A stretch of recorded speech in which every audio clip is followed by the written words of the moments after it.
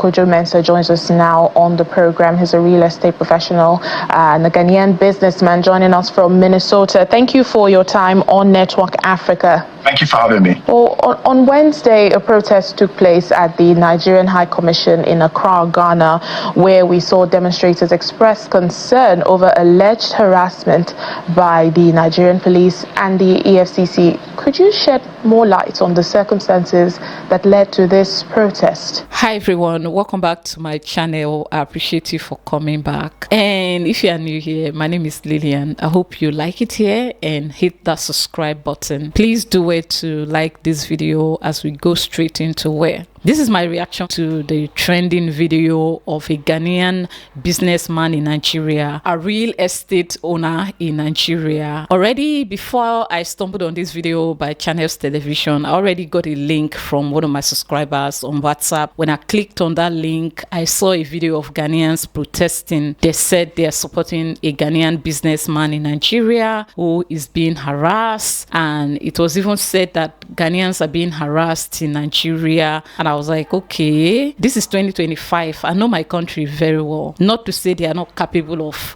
but in 2025, Nigerians are humble in Nigeria. Life has humbled everybody. There is no how they will just wake up and oppress a foreigner in 2025. So, but I was going to wait and see what comes out of it. Now, I'm not saying they have not done it in the past. I have witnessed them do it in the past.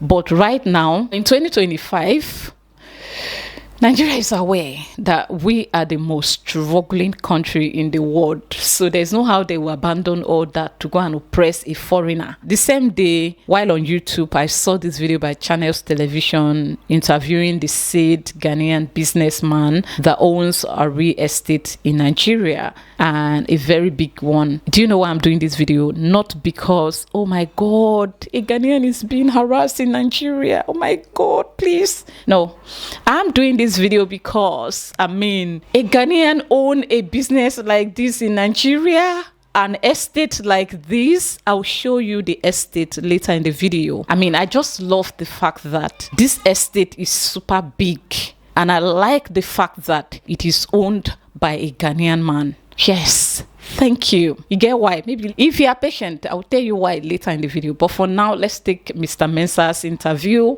with Channels Television. Then later I'll show you the estate, and then I'll tell you why I like it. Yes, I like it when you blow pepper into the eyes of people that look down on you once upon a time. Kojo Mensah joins us now on the program. He's a real estate professional and a Ghanaian businessman joining us from Minnesota. Thank you for your time on Network Africa. Thank you for having me. Well, on Wednesday, a protest took place at the Nigerian High Commission in Accra, Ghana, where we saw demonstrators express concern over alleged harassment by the Nigerian police and the Efcc. Could you shed more light on the circumstances that led to this protest? Yes, thank you very much once again. As you opened your program, I believe you talked about West Africa Economic Summit, and one of your panelists talked about, the ingredients that's going to make West Africa an economic bloc. And of course, one of the key things is the legal framework that exists in the country that will make investors feel safe. So this weekend, as you said previously, West African leaders are meeting in Abuja to discuss economic cooperation. So when you have situations where even among West Africans we are unable to do business freely without the legal system and the police system being weaponized by few elements to hound businessmen and take, in other words, expropriate their assets and criminalize them in the process. This does not serve as a good example to even support the agenda of Mr. President to attract the needed foreign direct investment into Nigeria. Now, what happened in Ghana over the weekend, which I also happened to stumble across just as you did, was Ghanaians reacting to what had been orchestrated in Nigeria, in Abuja specifically, spearheaded by certain elements in the Nigeria police, headed by the IGP monitoring team, Akin Fakorede, to attack our business and criminalizing the process. So this is what I believe spurred up the reaction that made those also good and well-meaning citizens of Ghana to bring their grievance to the Nigerian High Commission. Of course, I would preach that whatever is done in a peaceful and harmonious fashion. Ghana and Nigeria have a long-standing relationship, and indeed, we both countries are the beacon of hope and economic freedom for the West African sub-region. So I would appeal to my brothers in Ghana that nothing untoward should be done against any Nigerian citizen. Ghana and Nigeria are brothers and citizens, but we should drum home our point that economic freedom, economic independence, and the use of police force to harass citizens should be mitigated so that we can live and coexist peacefully as we have done to date. And we understand that a lawsuit has been filed at the Federal High Court in Abuja, and that's against the Inspector General of Police of the Nigerian Police and the Efcc. Now, what is the current status of this case, and how have these agencies involved responded? Well, as you can tell, I'm not in, I just had to leave Nigeria, obviously for partly security reasons, and also, like I said, being hounded by Akin Fakorede of the IGP monitoring team, who's weaponized his office to, for whatever reason, try to expropriate our assets. Now, the main issue is regarding our company ownership, which is being challenged by certain individuals, which the IGP set up a panel to review. Now, this panel completed their work in April 9th, where I participated in all the interviews and the exit meeting, where we were assured that the panel had concluded their work and it was being sent to the legal team for review. It's been 2 months. The Ghana High Commission has written for a certified true copy of the report. We have written 4 times, only for us to find out that Akin Fakorede is now doing his own report, trying to suppress the report that has been done by the panel. The Attorney General of the Federation has written through his DPP to the Inspector General of Police of Nigeria to send the panel, which was led by high-ranking officers of 11 officers who did the investigation, that send the panel report to the Attorney General's office for them to review it and also make their own determination on that. This report till to date has not been done, and Akin Fakorede had then sought to use other means to harass us by several invitations, which is what led us to decide to go to court to take action against him to prevent him from further harassment against our rights, and also to stop him from weaponizing the police force to intimidate us. As I'm speaking to you right now, my estate, which is the River Park estate, is being overtaken by thugs who were arrested by Zone 7 unit of the police under the instruction of Fakorede. They were released yesterday, and this is verifiable information that you can verify with the Zone 7 division of the Abuja police. This does not go well. I was harassed by EFCC Zone 2, led by Michael Wetcast, for obviously no reason. Yes.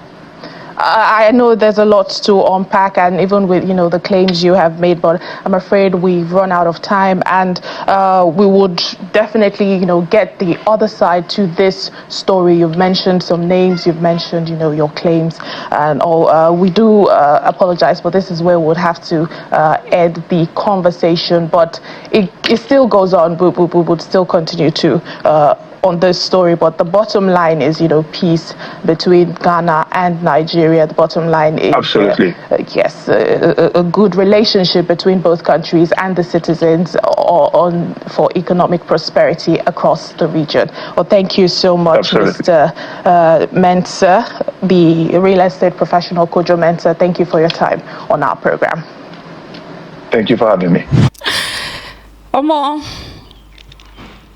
I'm happy he's no longer in Nigeria as we speak for his dear life. When you know the people you are dealing with, you know how to deal with them. Now, the thugs that were arrested have been released, have been freed. So imagine him staying back there in that same country. Just imagine what would have happened to him. And every day you wake up, you hear that, oh, this one have been assassinated. This one have been this. Thank God he has a place to run to, and he has run away for his dear life. And I'm happy that this is making the news. But the biggest part for me, why do I feel like this man just deliberately went to build an estate in Nigeria to do test and see? You could just wake up one day and be like, is the police service of Ghana actually working like people are hyping it? And then you go there and make a report of something that is actually true. Please don't go and do false report. You now see how they react. I feel like he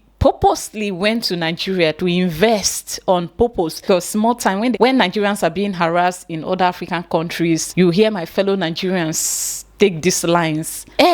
You people are free in Nigeria. We have Ghanaians in Nigeria. We have South Africans in Nigeria. There are also Kenyans in Nigeria. There are also Jerusalem. There are also people, a citizen of heaven in Nigeria. Hellfire people too. They are living freely in Nigeria. So are they living freely in Nigeria? Here I am defending Nigerians in 2025. Even though I know that this is not peculiar to Mr. Kojo Mensah because he's not a Nigerian. This is something that we Nigerians deal with too. But I like the fact that a foreigner, a Ghanaian, the people we once felt like are common and ordinary, came to build an estate like this one. Let's go and take it, and I'll be right back. Let's go.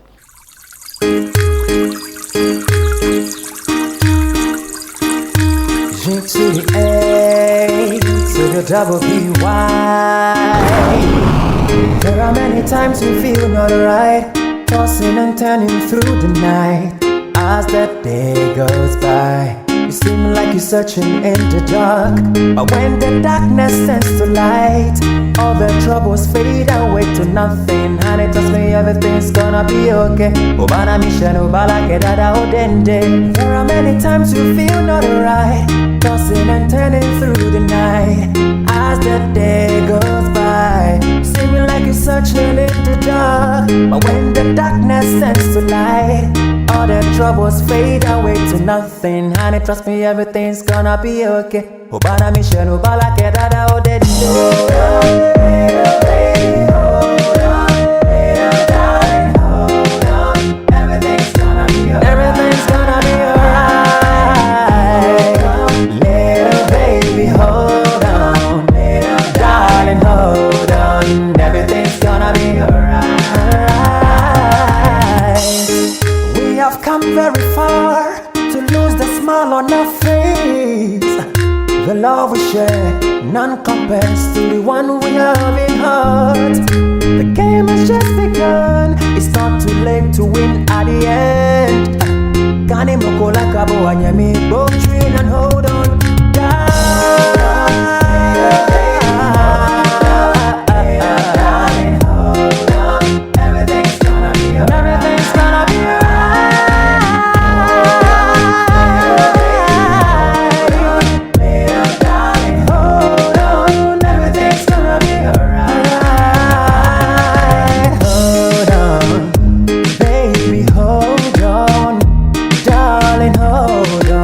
Everything's gonna be alright.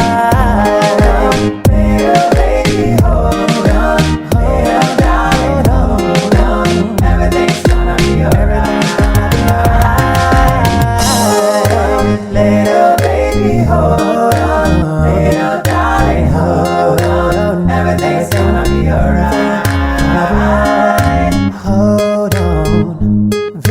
hold on, darling, hold on. soon everything's gonna be alright.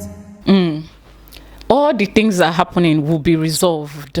But what gives me joy the most is that estate being built by a Ghanaian. I mean, big, massive. That version of the Bible that says, the book of Psalm, right, that says, he prepared a table for me in the presence of my enemies. Nigerians are not the enemies of Ghanaians, right? But he prepared a table for me in the presence of those that once looked down on me. I like it. Whatever it is will be resolved. Channels television have gotten involved.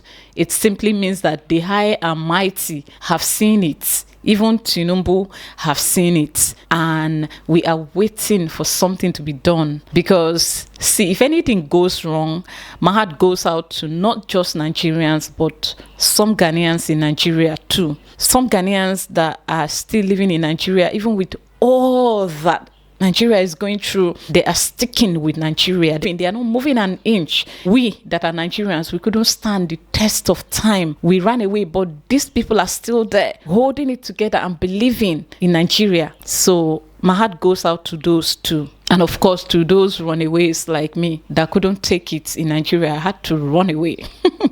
Anyways, at the end of the day, whether peace or no peace, Ghana is not what it used to be before, where you can oppress its citizen and then the Ghanaian government will just sit down and fold its hands and look. Things have changed. A Ghanaian citizen is equals to an American citizen right now. So just so you know, whoever is behind that, share this video to the, what is his name? The policeman he mentioned in the video. Share this video, give him. Tell us, say Ghana, not be the Ghana he used to know. It is important you pay a visit, come and see. Things have changed and you cannot oppress Ghanaians anymore. All right, I'm done with this video. I'll see you in my next one. Bye.